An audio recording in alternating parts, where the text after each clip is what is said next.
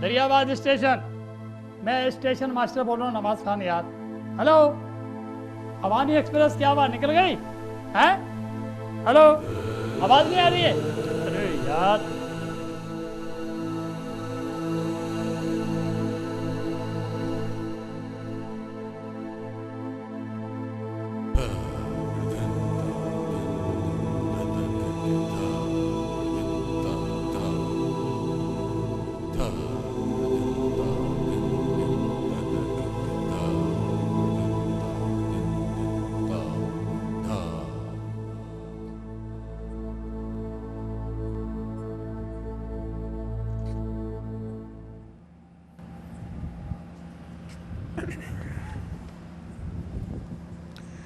सुनिए, आप यहाँ बैठ जाइए, मैं उठ जाता हूँ यहाँ से। अरे नहीं नहीं, आप कहाँ बैठेंगे? नहीं नहीं, आप मेरी फिक्र ना कीजिए। आपके पास छोटा सा बच्चा भी है और यूँ भी आपकी तबीयत मुझे ठीक नहीं लग रही। बैठिए। शुक्रिया। बहुत देर हो गई है और स्टेशन मास्टर भी कहीं नजर नहीं आ रहा। माफ कीजिएगा, मैं आपको जहमत दे रही हूँ।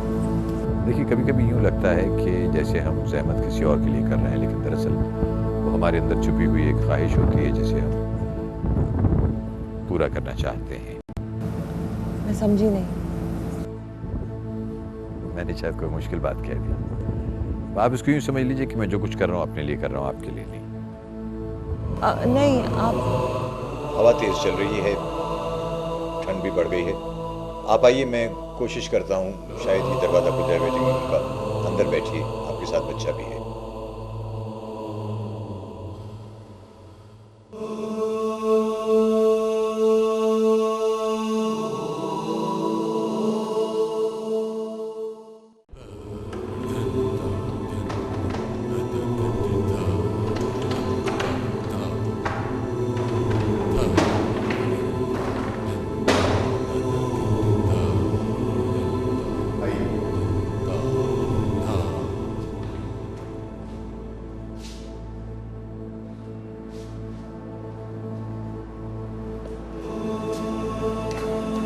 अरे संभल के, आप ठीक है ना? जी मैं ठीक हूँ, ये फिक्र नहीं कीजिए। मैं बहुत सब ज़्यादा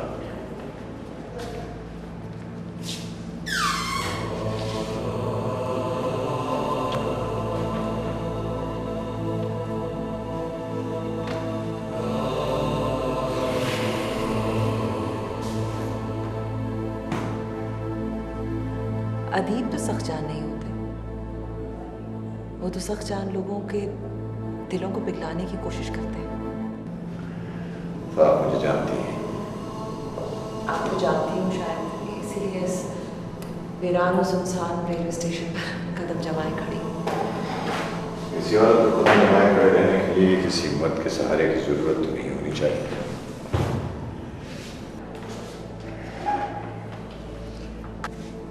एक औरत को कदम जमाए खड़े रहने के लिए किसी मर्द की ज़रूरत नहीं होती, किसी हम ख्याल की ज़रूरत होती है जो उस पर उंगली ना उठाए, बल्कि उस पर उठने वाली उंगलियों को रोके। कहीं आप भी राइटर तो नहीं है? जी नहीं, मैं सिर्फ एक माँ हूँ।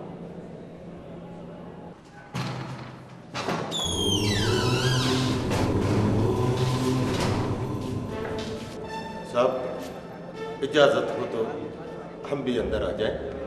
आ जाइए, अंदर आ जाइए। आ जाओ, इधर बहुत जगह है, इधर बैठ जाओ। ना जी ना, ये यहीं बैठेगी मेरे साथ।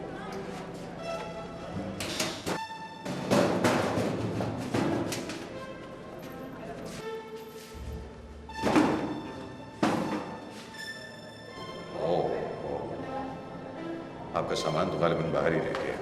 हाँ, वो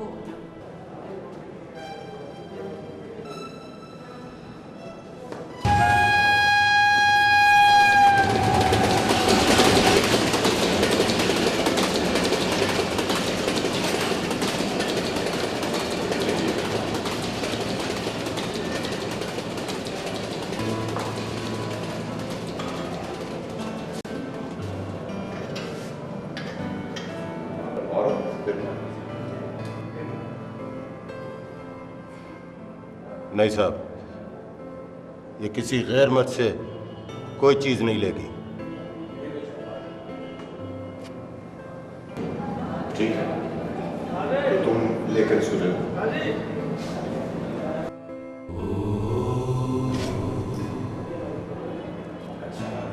चाय पिएगी?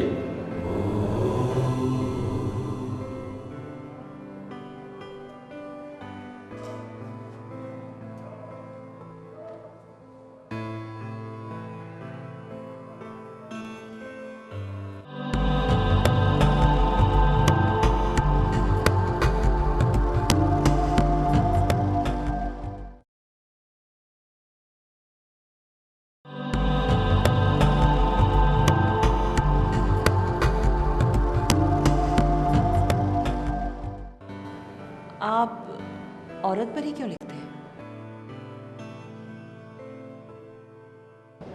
इसलिए कि मेरे अंदर एक औरत भी है, इसलिए कि औरत और मर्द के इम्तिजाज से इंसान मुकम्मल होता है, इसलिए कि न महज मर्द मुकम्मल इंसान होता है और न महज औरत इंसान मानी जाती है। औरत को भी आधा मर्द होना चाहिए। ये बात कोई मर्द भी कह सकता है। सोसाइटी की गिरफ्त में फंसी हुई औरत ये बात कह भी दे तो कोई फर्क नहीं पड़ता। आप लोगों ने ताला तोड़ा है क्या?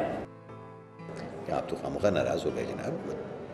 अरे बात तो सुनते जाइए, जाने से पहले ये तो बता जाइए कि वो ट्रेन के आने के कोई इम्कानात हैं या नहीं? कम से कम आज तो मुमकिन नहीं है, और मैं पहले भी आप सबसे कह चुका हूँ, आप लोग चाहें तो वापस जा सकते हैं। देखिए, बात दरअसल ये कि मेरा तो यहाँ कोई ठिकाना है नहीं, लिहाजा मैं तो वापस नहीं जा सकता। साहब, हम भी वापस नहीं जाएंगे घर। घर जाने से बदसुकनी होगी। बदशुगनी होगी, बदशुगनी तो हो गई भाई, बदशुगनी हो गई। मुल्तान के करीब ट्रेन के साथ हादसा पेश आ गया, बड़ा जानी नुकसान हुआ है, इसलिए इस तरफ आने वाली तमाम ट्रेन के रास्ते बंद है अभी। शुक्रिया।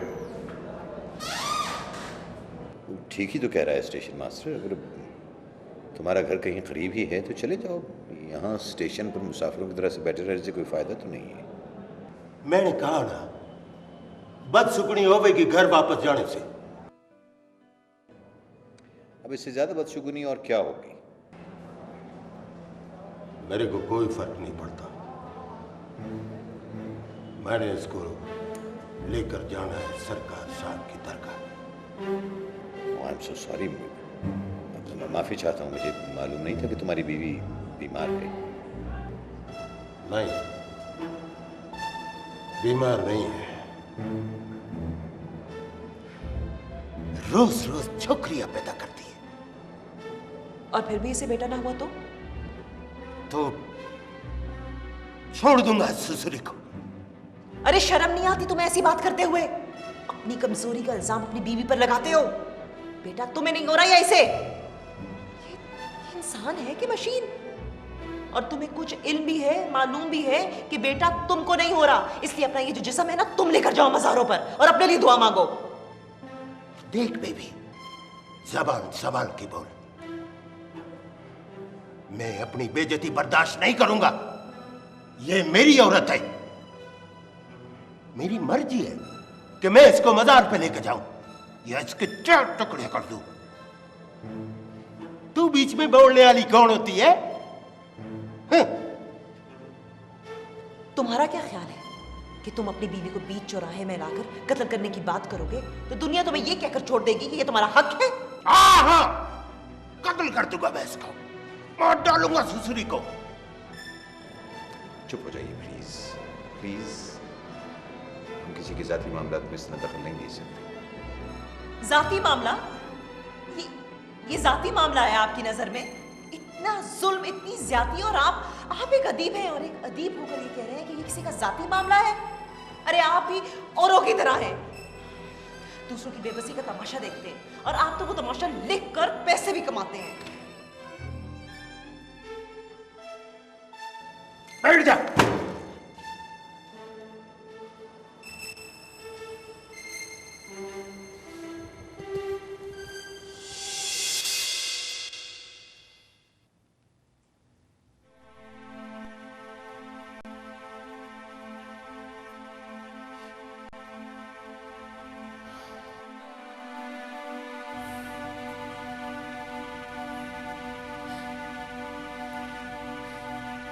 एक बार अगर मुझे पहले मालूम हो जाता कि ये लड़की है तो मैं कब की इससे जान छुड़ा चुका होता। कितनी बार तुमसे कहा कि अल्ट्रासाउंड वाली से पूछो कि क्या है ये।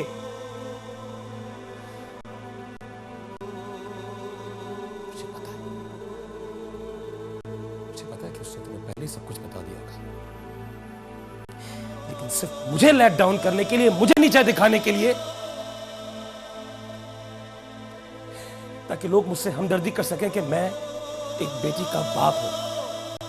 और अब जब वो जवान हो तो खैर लोगों के मुश्तंडे इस पे अपना हक जताने के लिए मेरे सर पे आके खड़े हो जाए। नफरत है मुझे इस बात से।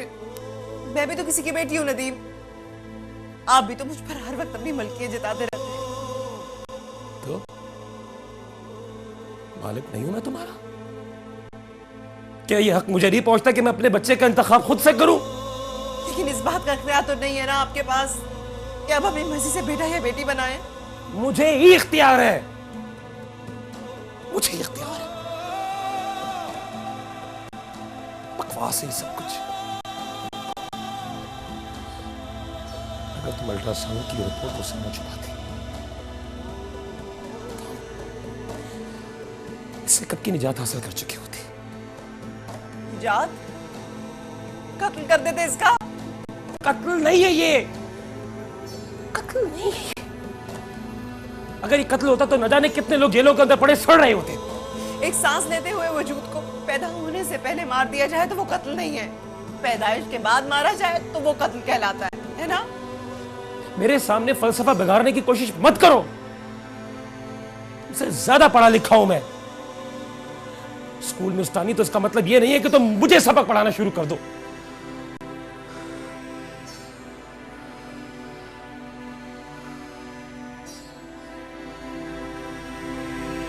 क्या बात है बेटा, तुम इतना चिल्ला क्यों रहे हो? बहू, क्या बात है? बेटा, तुम्हारी तबीयत तो ठीक है? अपनी बदनसीबी पे रो रहा हूं।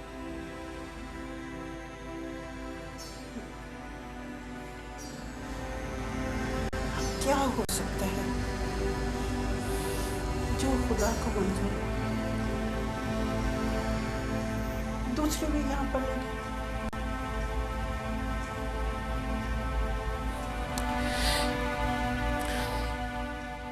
दूसरी बेटी का इतना दुख नहीं है मुझे, तो किस बात का है कि इसने मुझे धोखा दिया है। जब इसे पहले से पता था तो इसने मुझे बताया क्यों नहीं? मैं अपनी औलाद का वारिस हूं। मैं अपने बच्चे को अपने पास चाहे रखूं या ना रखूं, ये कौन होती फैसला करने वाली?